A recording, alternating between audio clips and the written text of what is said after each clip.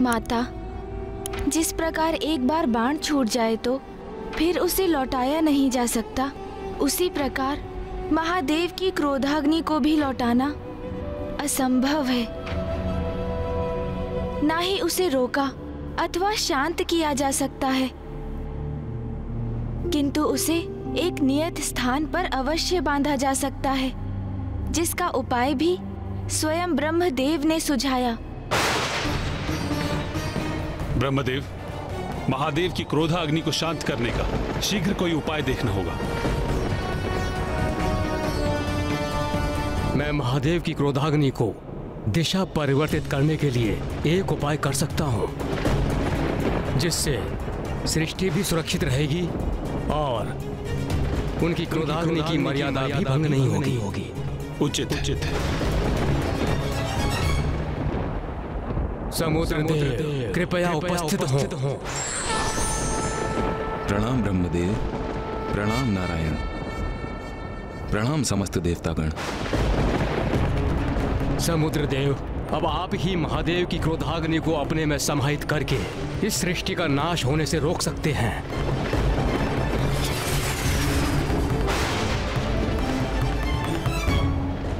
ब्रह्मदेव, आपका आदेश है तो मैं इस क्रोधाग्नि को अपने जल में अवश्य समाहित कर लूंगा, किंतु उसके प्रभाव को शांत करने की क्षमता मेरे जल में नहीं है। इसीलिए ये क्रोधाग्नि सागर की गहराई में जल एवं शिलाओं के मध्य में स्थित रहेगी, किंतु वहां स्थित होने पर भी ये अत्यंत भीषण और प्रबल रहेगी। प्रणाम। और फिर ब्रह्मदेव के आदेश पर समुद्र देव ने महादेव के तीसरे नेत्र से प्रवाहित हुई उनकी क्रोधाग्नि का आवाहन किया।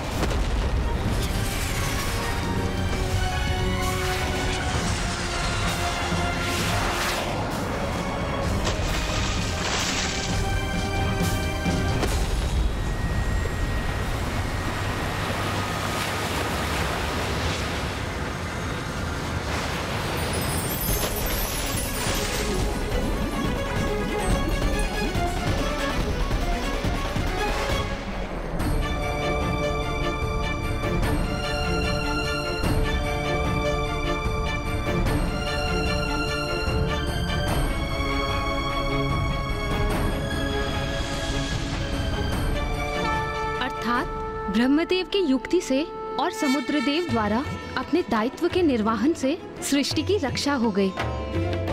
और उधर गुफा के भीतर माता और महादेव की दृष्टि एक दूसरे के ऊपर जा चुकी थी, अर्थात अब सब कुशल होने वाला था।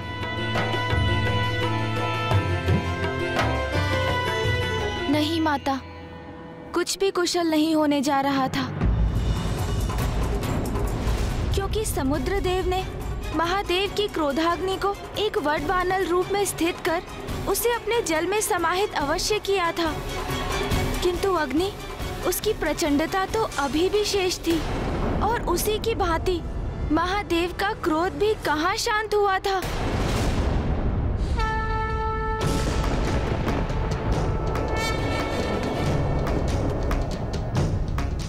अंततः महायोगी जी अपने चिर ध्यान से बाहर आ ही गए। मुझे आपसे कुछ महत्वपूर्ण वार्ता करनी है प्रभु। प्रभु, प्रभु,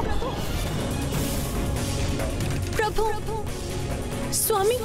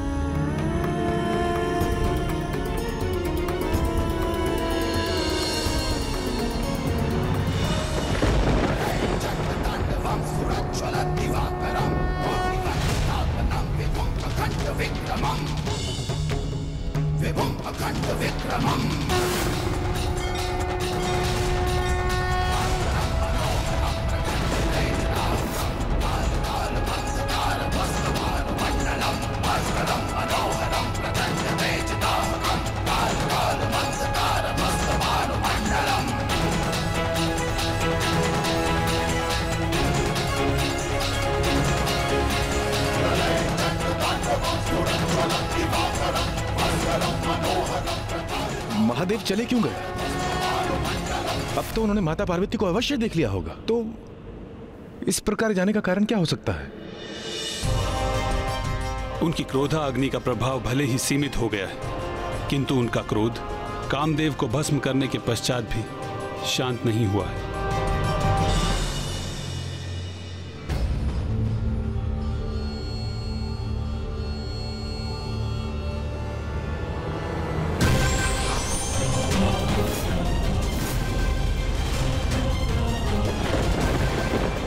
प्रणाम ब्रह्मदेव।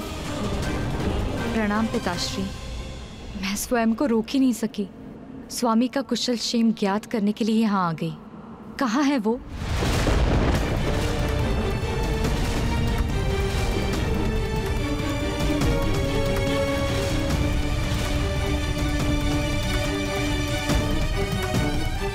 अब सभी इतने शांत क्यों हैं? कुछ कहते क्यों नहीं? स्वामी कहाँ है?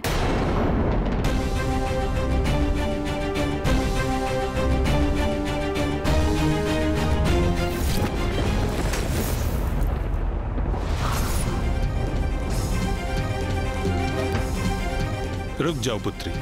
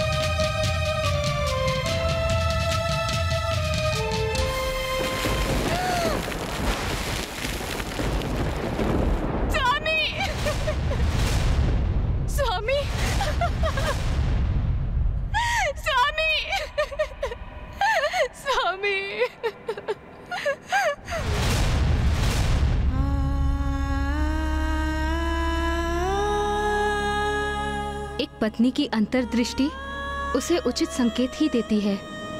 उसे संकट का पूर्वाभास हो ही जाता है। इसलिए देवी रति का कामदेव को रोकना उचित था। हाँ माता, एक पत्नी, एक माँ और एक स्त्री की अंतर्दृष्टि तो सदा उचित होती है, किंतु अब तो बहुत देर हो चुकी थी। एक ओर तो कामदेव ने महादेव और माता पार्वती को एक साथ लाने के प्रयास में स्वयं के प्राण गंवा दिए थे, तो वहीं दूसरी ओर महादेव माता पार्वती को देखकर भी उन्हें अनदेखा कर वहां से चले गए।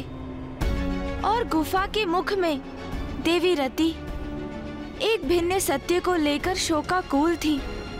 माता के विपरीत उनका संपूर्ण जीवन बिखर चुका था। स्वामी! स्वामी! स्वामी! स्वामी! स्वामी! पुत्री रति, पुत्री, स्वामी, मैंने कहा था आपसे कि मुझे अपशकुन का आभास हो रहा है, परंतु आपने मेरी एक नहीं सुनी। किंतु मुझे आपको यहाँ आने ही नहीं देना चाहिए था। अब मैं क्या करूं स्वामी, अब मैं क्या करूं? कैसे लौटाऊं मैं आपको स्वामी? यदि मैं समय चक्र लौटा सकती तो अवश्य लौटा देती। हम प्रसन्न थे, आनंदित थे, हर्षित थे, प्रेम की लय में बंधे थे। और आप मेरा श्रृंगार कर रहे थे।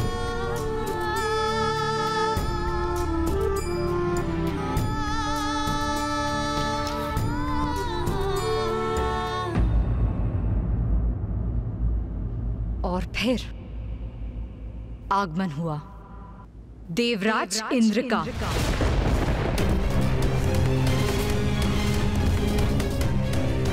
देवराज इंद्र वहां पहुंचे।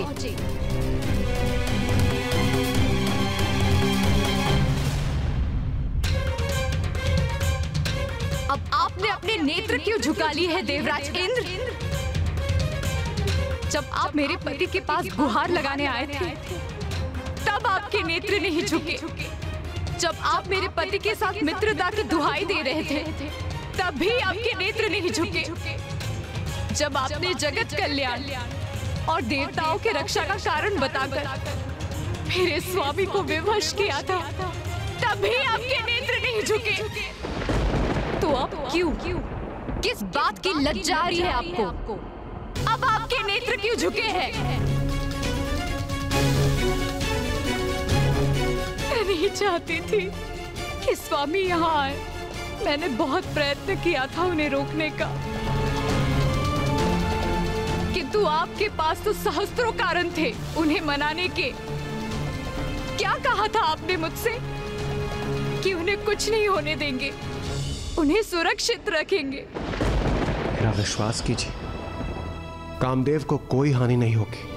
वचन दिया था ना आपने इंद्रदेव, तो क्या हुआ उस वचन का? यहाँ सब देवता सुरक्षित हैं, लेकिन मेरे स्वामी भस्म हो गए। ऐसी सुरक्षा की थी आपने उनकी। आप मेरे पति की मृत्यु का कारण है इंद्रदेव। आप तो देवराज है ना, तो मैं इस बात की साक्षी हूँ कि देवराज के वचन का कोई अर्थ नहीं। आप मेरे निवास पर आए, मेरे समक्ष खड़े रहे, मुझे वचन दिया, मुझे आश्वस्त किया और मेरे पति को मेरे सामने लेकर गए। इसीलिए आप ही मेरे और मेरे पति के दोषी हैं। कुछ नहीं सुनना है मुझे।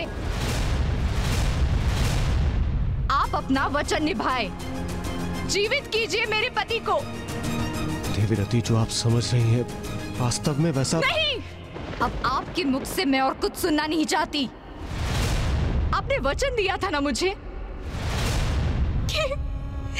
कि मेरे पति की रक्षा करेंगे, रक्षा करेंगे। दिया था तो हम नहीं दिया था देवराज।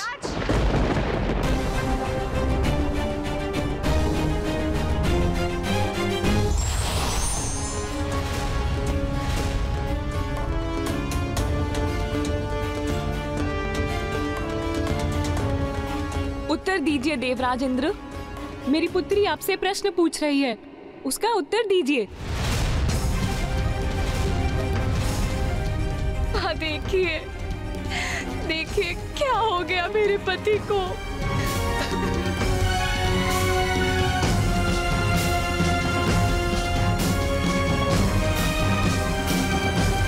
स्वामी, अब आप ही कुछ कीजिए स्वामी।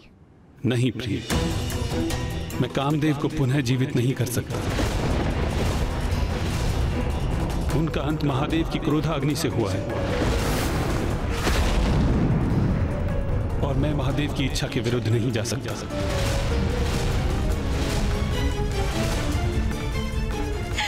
ये कैसा न्याय है पिताश्री? इंद्रदेव ने मुझे आश्वस्त कर ये कहा था। देवीरती, आप नारायण की पुत्री हैं, आपको कदापि चिंता नहीं करनी चाहिए। ये क्या कर दिया देवराज इंद्र आपने? इतनी भयंकर योजना बनाने के पूर्व आपने एक बार मुझसे या ब्रह्मदेव से पूछना उचित नहीं समझा?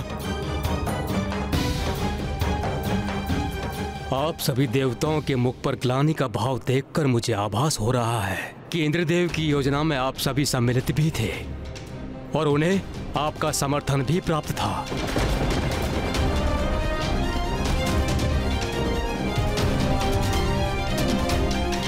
वाह इंद्रदेव वाह! आज तो आपने सभी सीमाओं का उल्लंघन कर दिया। सूर्यदेव, अग्निदेव, वरुण देव, वायुदेव, आप सभी इंद्रदेव के साथ थे ना? आप सबकी सहमति प्राप्त थी उन्हें, फिर एकमात्र मेरे पति दंड के भागी क्यों बने? महादेव की क्रोधाग्नि से मेरे पति की रक्षा करने क्यों नहीं आए आप लोग? क्यों नहीं आए? देवी रति, मैं यहीं उपस्थित था किंतु सब कुछ पलक झपकते ही हो गया और जो कुछ भी हुआ ये उचित नहीं है। किंतु मुझे कदापि ज्ञात नहीं था कामदेव के बाण से महादेव की क्रोधाग्नि जागृत हो जाएगी। क्या कल्पना भी नहीं की थी आपने? मैंने स्वयं आपसे कहा था कि महादेव महायोगी हैं, उन्हें कोई भी, मेरे पति कामदेव भी, काम भावना के वश में नहीं कर सकते। जो सत्य मैं भली भांति समझती हूँ, उस सत्य का आभास भी नहीं हुआ आपको? फिर कैसे देवराज इंद्र है आप?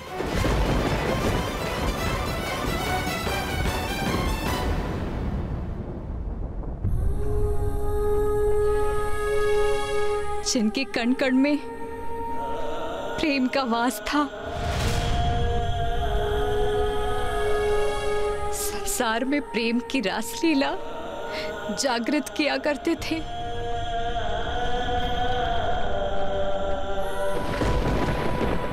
कितनी अपार पीड़ा हुई होगी स्वामी को, कितने तड़पे होंगे वो, जब आप देवताओं के कारण महादेव की क्रोधाग्नि ने भस्म किया होगा उन्हें। और आप सभी ने तनिक भी इस बात का विचार किया कि कामदेव के बिना रति कैसे जीवित रहेगी, क्या करेगी वो? और क्या आपका ये संसार कामदेव और रति के बिना स्थिर रह सकेगा?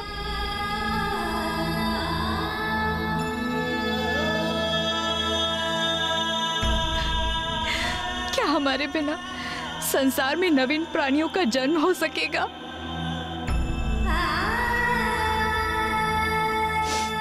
ब्रह्मदेव, आप तो सृष्टि के रचयिता हैं, इसीलिए आप तो अवश्य कुछ करने में सक्षम होंगे। फिर आप कृपा करके मेरे पति को पुनर्जीवित कर दीजिए ब्रह्मदेव, पुनर्जीवित कर दीजिए।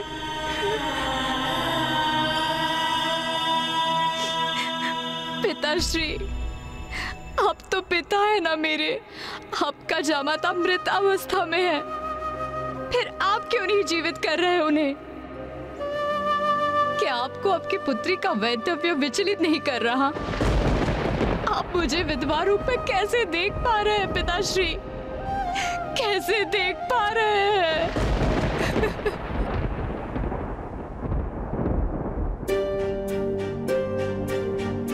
नाथ, हमारी पुत्री बहुत कष्ट में है, उसका कष्ट दूर करने का कोई उपाय कीजिए।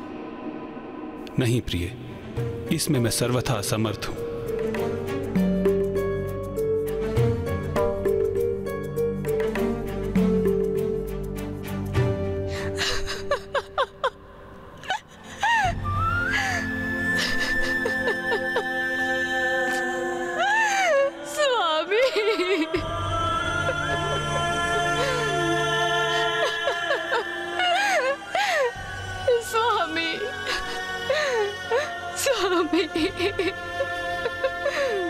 ब्राह्मण देवता ब्रह्मदेव, नारायण, देवराज इंद्र एवं सभी अन्य देवगण वहां एक साथ उपस्थित थे फिर भी कुछ भी करने में असमर्थ थे।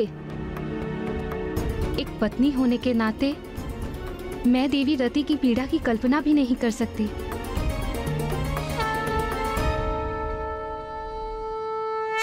तो क्या अब कुछ भी नहीं हो सकता था?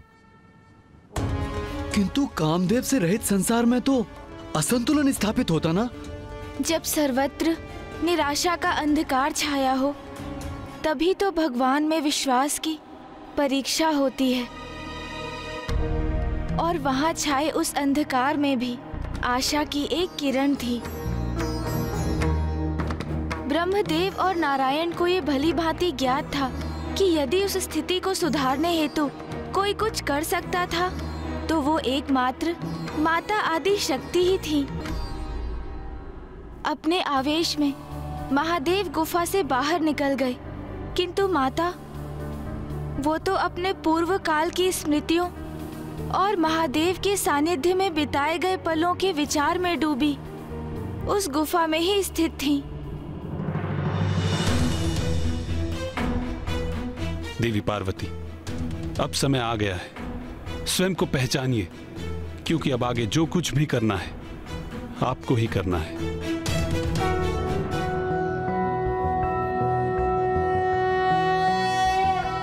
मध्य सुधाब्धि मणिमंडप रत्न वेद्यां सिंहासनोपरि गतां परिपीतवर्णां पीतांबरां। मैं तुम्हारी पुत्री बनकर तुम्हारी मनोकामना अवश्य पूर्ण करूंगी। घृतमुग्धर वैरिजिह्वां।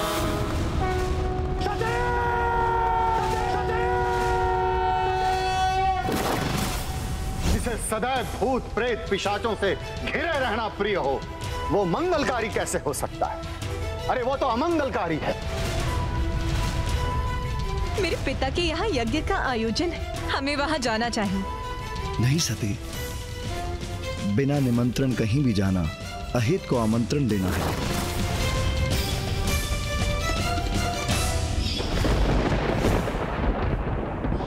मैं जो तीनों लोकों को नियंत्रित करती हूँ, मैं जिनसे त्रिदेवियों अर्थात देवी लक्ष्मी, सरस्वती और पार्वती की उत्पत्ति हुई है, एकमात्र मैं ही महादेव की पत्नी बनने के योग्य हूँ। मैं आदि शक्ति शैलपुत्री पार्वती के स्वरूप में पुनः जन्म लूंगी।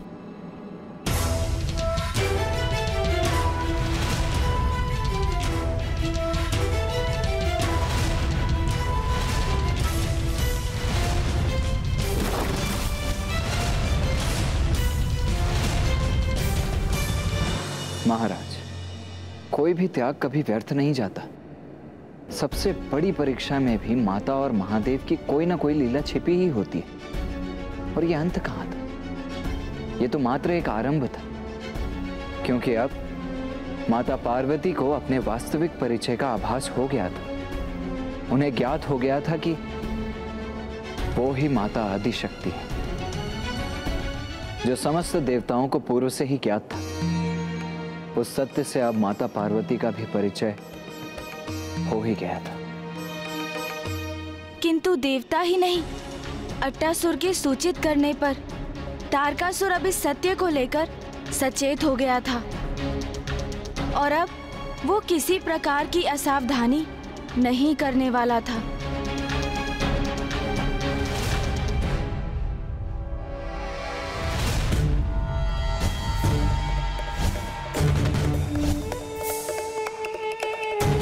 अट्टासुर जी, अभी आपके घाव पूरी तरह से भर चुके हैं। आप कुशल हैं और आपको पूर्ण रूप से स्वस्थ करने के लिए मैंने और औषधि भी दे दी है। एक सुझाव है आपके लिए, आप कुछ समय और विश्राम कर लीजिए।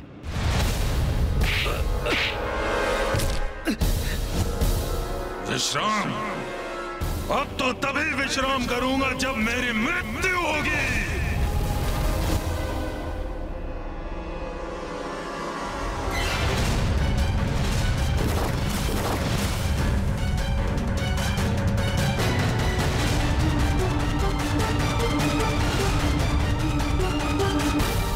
आदिशक्ति, आज से 16 वर्ष पूर्व आपके कारण अंत हुआ था मेरा, किंतु अब एक नवीन जीवन की प्राप्ति हुई है मुझे।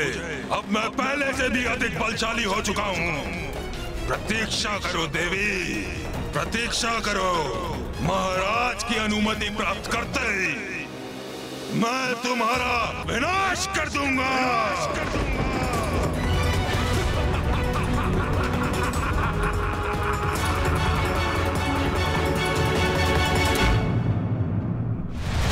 महाराज, अब मैं सर्वथा कुशल हूं और मेरी शक्तियां भी लौट आई हैं।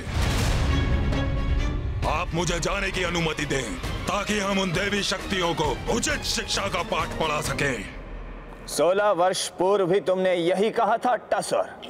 जी महाराज, किंतु इस बार मैं अपनी शक्ति का उच्च प्रमाण दूंगा। इस बार मैं आपको कदापि निराश नहीं करूंगा महाराज। उचित है।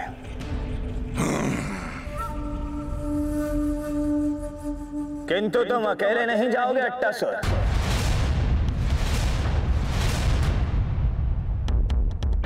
सैनिकों,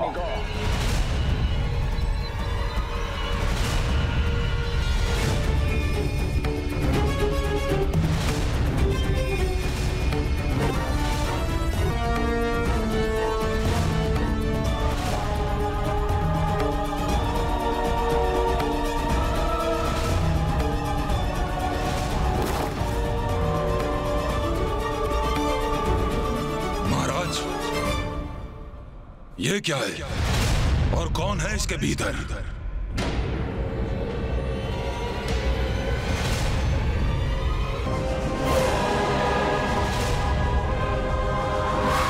खोलो इसे।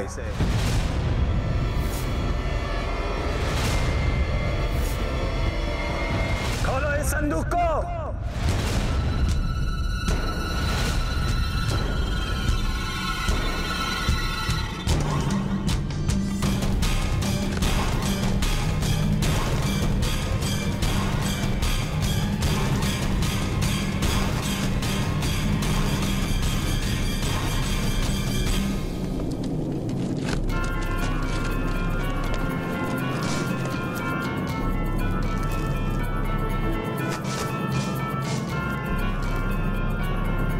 ये क्या महाराज, ये संदूक तो रिक्त है।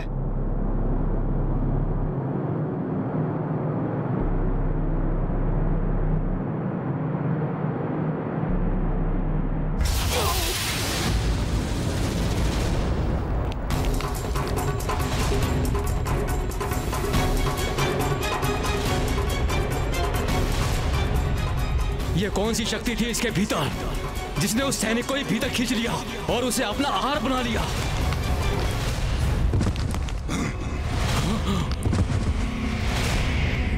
ये तो कोई भयंकर आसुरी शक्ति प्रतीत होती है।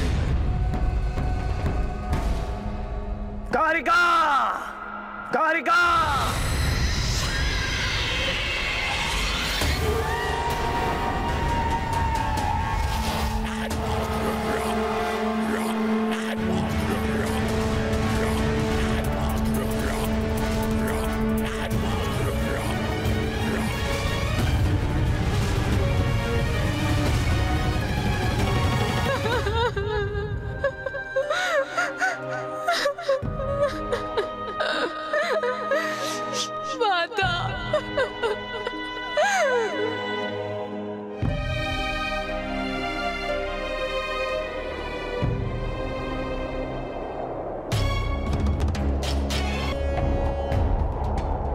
अकस्माती वायु प्रवाह कैसा?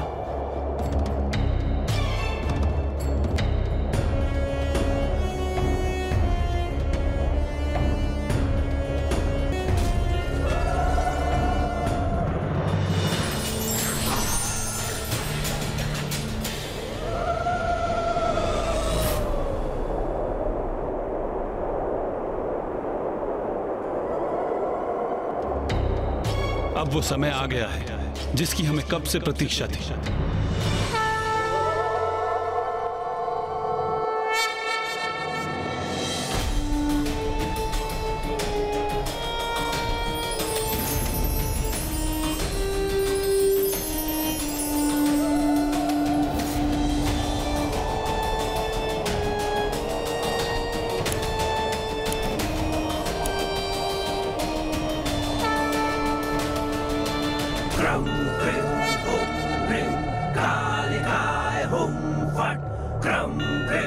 हुम ह्रीं कालिकाय हुम फट्। चलन्ती मंगलाकाली भद्रकाली कपालिनी। चलन्ती मंगलाकाली भद्रकाली कपालिनी। दुर्गा क्षमा शिवा दात्री स्वाहा स्वधा नमोस्तुते। दुर्गा क्षमा शिवा दात्री स्वाहा स्वधा नमोस्तुते। घोर स्वरूपा काली भवानी भद्रकाली चंद्रमुंड संहारी रक्त बीज कौमारी। तू स्वाहा शक्तिशाली देश मुक्त बलशाली खप्पर वाली कपाली। कारिका कारिका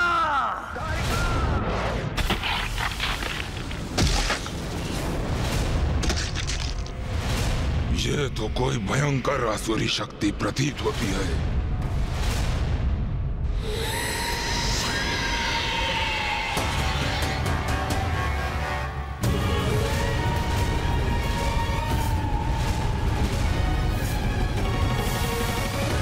प्रणाम महाराज, आपने मुझे बुलाया?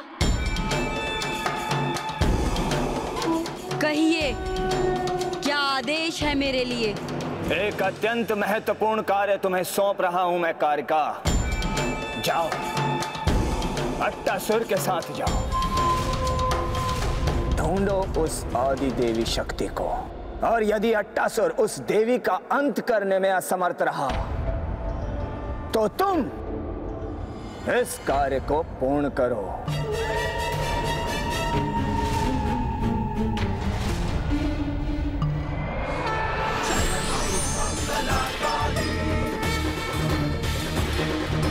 भद्रकाली कपालिनी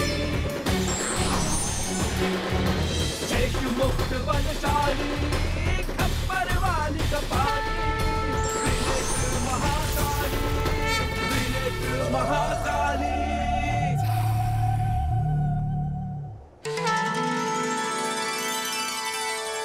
माता। पुत्री, भूल तो कामदेव से अवश्य हुई है। अपने पंच बाण से महादेव में काम जागृत करने का प्रयास करने की बहुत बड़ी भूल। वो महादेव जो स्वयं में ही रमते हैं, उनमें भला कोई काम जागृत करने का प्रयास कैसे कर सकता है? माते, स्वामी से भूल हुई, ये मैं स्वीकार करती हूँ, किंतु उन्होंने जो कुछ भी किया देवराज इंद्र की योजना के अनुसार किया, उनके आदेश पर ही किया। यदि माता का क्रोध जागृत हुआ तो अनर्थ हो जाएगा, क्योंकि उसके पश्चात न मैं देवराज इंद्र रहूंगा और न ही मेरा इंद्रलोक।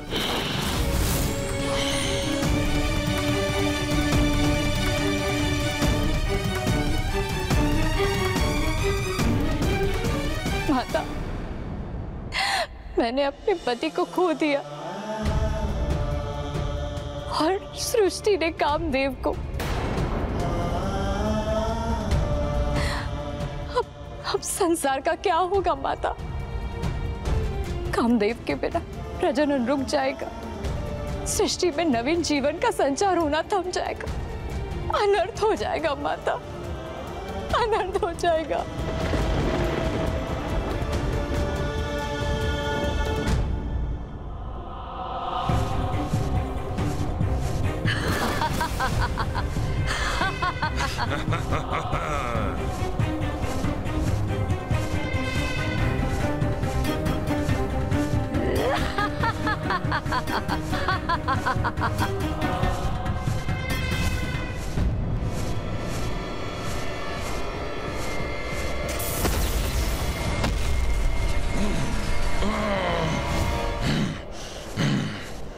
क्या हुआ अट्टासुर? हम यहाँ क्यों रुके हैं? राजभवन के निकट क्यों नहीं? कहीं यहाँ पुनः आकर मैंने मूर्खता तो नहीं की? कदाचित मुझे उस चिकित्सक के सुझाव पर कुछ और समय विश्राम कर लेना चाहिए था। इस कारिका को यहाँ का मार्ग बताकर मैं स्वयं को सुरक्षित ही रखता तो उचित होता। तुम्हारी श्रवण शक्ति शिथिल है क्या? हुआ क्या है तुम्हें? चलो, यदि तुम नहीं जाओगे तो मैं स्वयं ही चली जाऊंगी। इस देवी आदि शक्ति का अंत मैं अकेले ही कर सकती हूँ। अच्छा, इतना ही विश्वास है स्वयं पर, तो जाओ ना। कौन रोक रहा है तुम्हें? मैं भी तो देखूं कि क्या कर सकती हो तुम। तो तुम मेरी प्रतीक्षा करो और देखो मैं क्या कर सकती हूँ। मुझे इससे उचित दूरी पर रहना होगा, जिससे इसका अंत होते देख सकूं।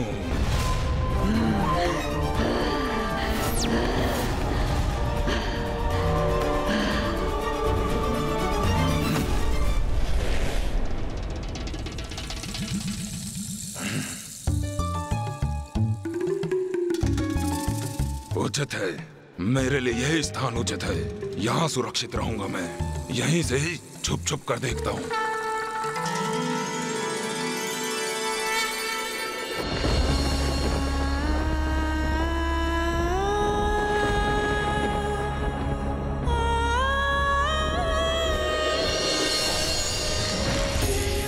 सरस्वतीं व्यासं ततो जयम् उदीरये।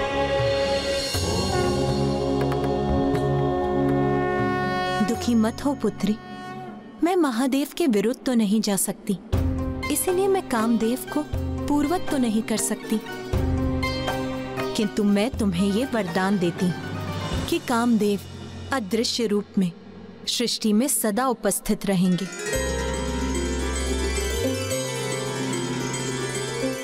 और उनकी पत्नी होने के नाते एकमात्र तुम ही उन्हें देख सकोगी।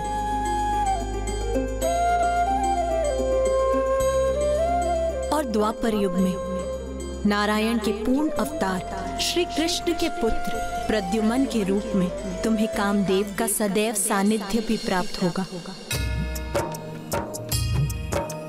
या देवी सर्वभूतेषु शक्तिरूपेण संस्थिता। नमस्तस्यै नमस्तस्यै नमस्तस्यै नमो नमः।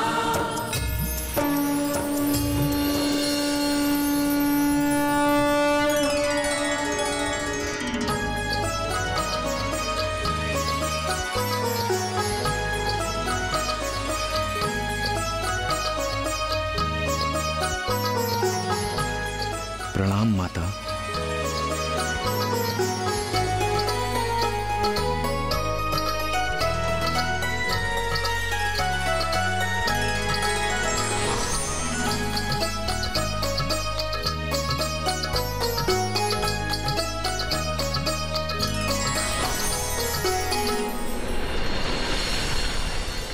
स्वामी, मैं आपको देख सकती हूँ स्वामी। माता ने आपको नया जीवन प्रदान कर दिया स्वामी। धन्यवाद माता।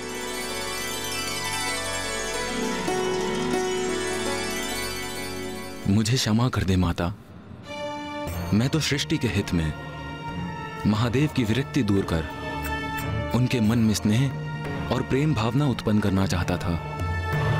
इसलिए मैंने जो भी किया वो किसी द्वेष भावना से नहीं किया, किंतु मेरे कारण महादेव क्रोधित हो गए। कामदेव, आप ये भूल गए कि यदि महादेव में कोई काम भावना जागृत कर सकता है तो वो एकमात्र आदि शक्ति है, अर्थात स्वयं मैं।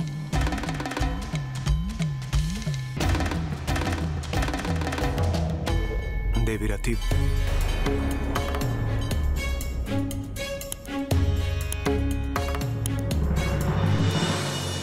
देवी रति, मैं कामदेव को देखने में असमर्थ हूं, किंतु मैं आप दोनों से क्षमा याचना करना चाहता हूं। मैं आपका अपराधी हूं, मेरी क्षमा याचना स्वीकार करें।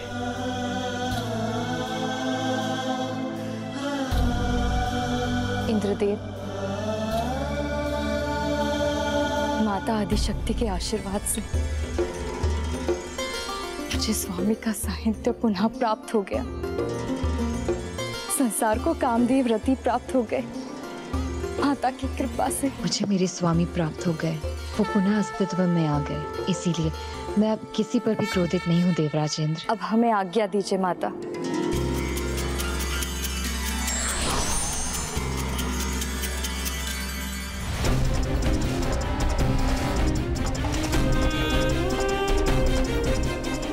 अंत करूंगी मैं देवी आदिशक्ति का।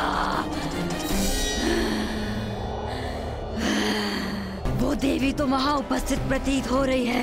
अच्छा ही हुआ, अब मुझे इसका अंत करने के लिए राजभवन में जाने की कोई आवश्यकता नहीं। मेरे हाथों इसकी मृत्यु ही से यहाँ खींच लाई है।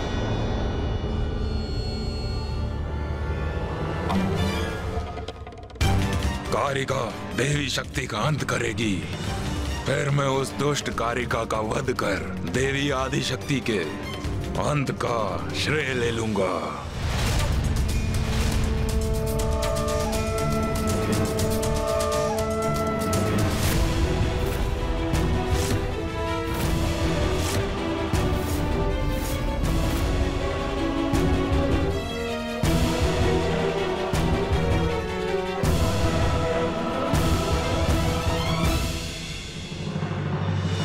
ये तो कोई आसुरी स्त्री है जो आकाश में हमारे ऊपर मंडराकर ये छाया प्रकट कर रही है।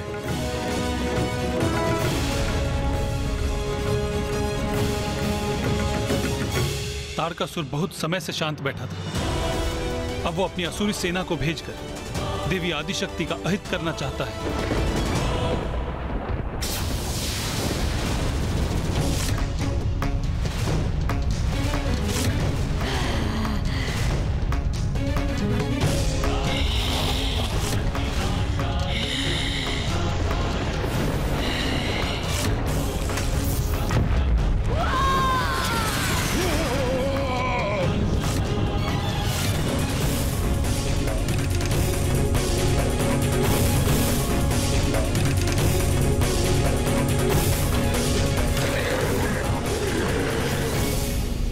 ब्रह्मदेव, नारायण, ये क्या घटित हुआ?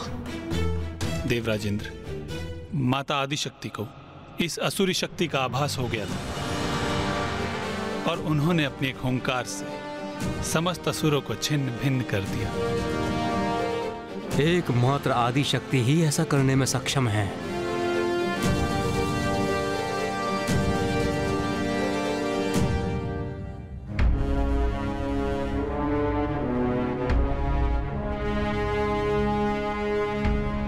ब्रह्मदेव, विष्णुदेव, आप दोनों के हृदय में कोई चिंता अवश्य है। बताइए मुझे, आप इतने विचलित क्यों हैं? देवी आदिशक्ति, तारकासुर का आतंक बढ़ता ही जा रहा है। उसने स्वर्ग पर भी अपना अधिपत्य स्थापित कर लिया है। यज्ञ में व्यवधान उत्पन्न कर रहा है। निर्दोषों को कष्ट देकर उन्हें व्यथित कर रहा है। तारकासुर का अंत आपके और महादेव के पुत्र के द्वारा ही संभव है। अब एकमात्र आप ही जो महादेव में काम भावना उत्पन्न कर उन्हें विरक्ति के भाव से बाहर ला सकते हैं। इसलिए तारकासुर के अंत के लिए, सृष्टि के हित के लिए आपका और महादेव का विवाह अनिवार्य है।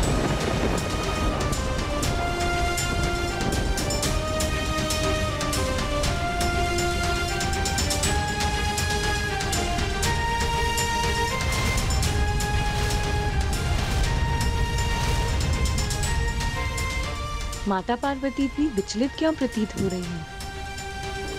देवी, मुझे क्षमा कीजिए देवी, मुझे बहुत विलंब हो रहा है। माताश्री और पिताश्री मेरी प्रतीक्षा कर रहे होंगे।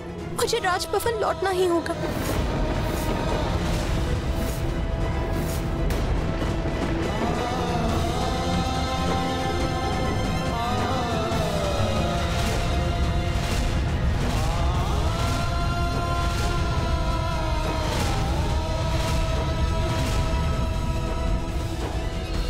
मैं कुछ समझा नहीं। माता पार्वती पुनः महाराज हिमावन की पुत्री के रूप में आ गई, किंतु क्यों? इसका कारण तो स्पष्ट है। एक नारी की गरिमा, उसके संस्कार और सम्मान। अपने पिता महाराज हिमावन की आज्ञा के बिना विवाह तो दूर, माँ कुछ भी नहीं करने वाली थी। माता आपने सर्वथा उचित कहा। माता पार्वती ने महाराज हिमावन की कन्या के रूप में जन्म लिया था,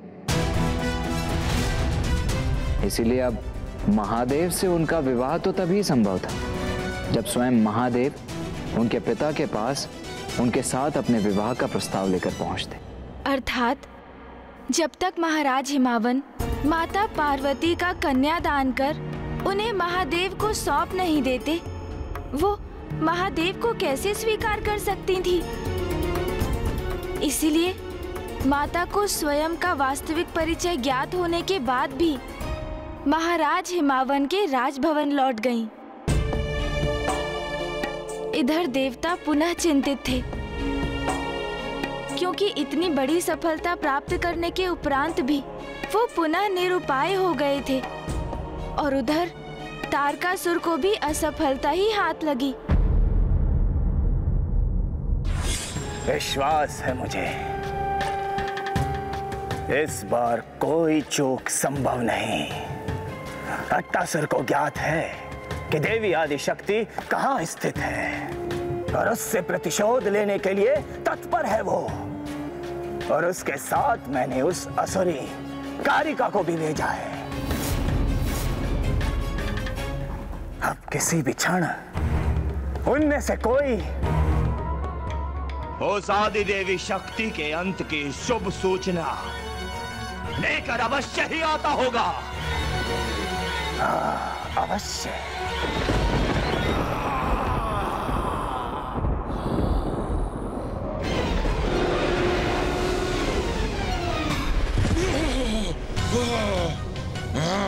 अट्टासुर पुनः आहत अवस्था में।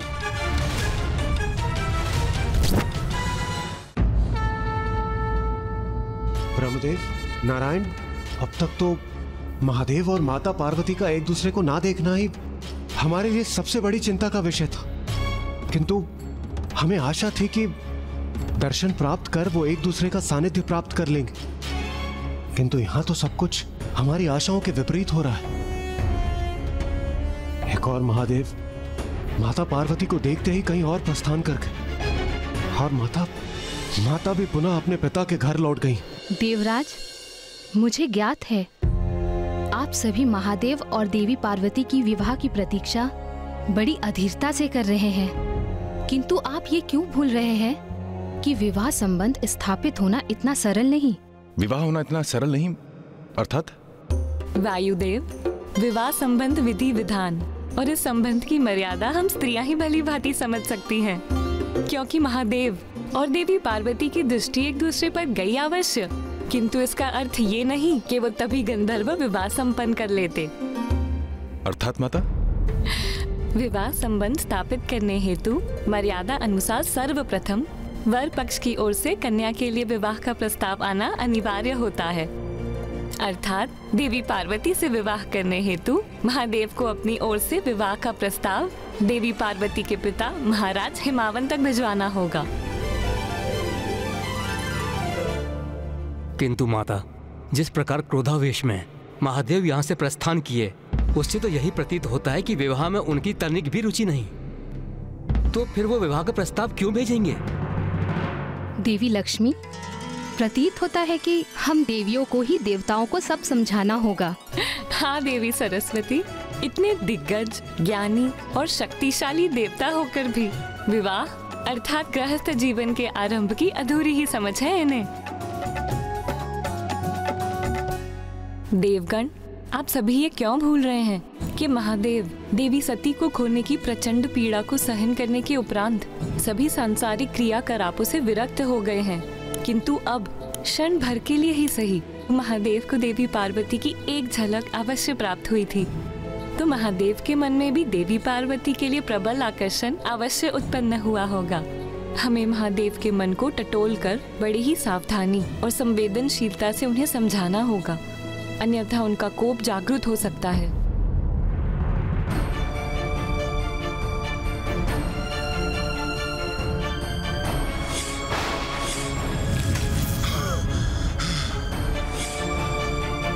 माता लक्ष्मी, माता सरस्वती, महादेव से विवाह के विषय में चर्चा करने और उसका प्रस्ताव रखने का साहस किसमें है? क्यों देवराज, इसकी चिंता आप क्यों करते हैं? इसके लिए नारायण है ना। मैं? परंतु मुझे ये सौभाग्य क्यों प्राप्त हो? इसलिए स्वामी, क्योंकि आप कन्या के भ्राता जो हैं।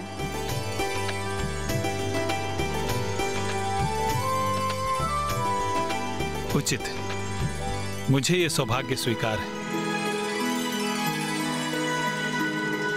नाथ, आप तो महादेव के समक्ष जाने के लिए आतुर हो गए, किंतु इसका विचार किया है कि आप उन्हें कहेंगे क्या? इस पर भी तनिक विमर्श कर लीजिए। उचित है प्रिय। महादेव की ओर से महाराज हिमावन के पास देवी आदिशक्ति के विवाह का प्रस्ताव बाद में जाएगा। उसके पूर्व मैं देवी आदिशक्ति के विवाह का ऐसा प्रस्ताव महादेव के पास लेके जाऊंगा जिसे वह स्वीकार नहीं कर पाएंगे। तो क्या नारायण महादेव के पास ये विवाह प्रस्ताव लेकर पहुंचे? हाँ माँ, और नारायण तो नारायण, और अब तो वो अपनी बहन के विवाह का प्रस्ताव लेकर महादेव के निकट पहुंचे थे। तो महादेव ने श्री हरि नारायण का प्रस्ताव स्वीकार कर लिया? महादेव, मेरी बहन पार्वती, हम उसके विवाह का प्रस्ताव लेके आपके पास आए। नहीं, ये मुझे स्वीकार नहीं, ये मुझे स्वीकार नहीं, ये मुझे स्वीकार नहीं। किंतु महादेव ने प्रस्ताव को अस्वीकार क्यों कर दिया? माता को स्वयं के ब्रह्मचारिणी रूप के सत्य को भी अभी सिद्ध करना शेष था।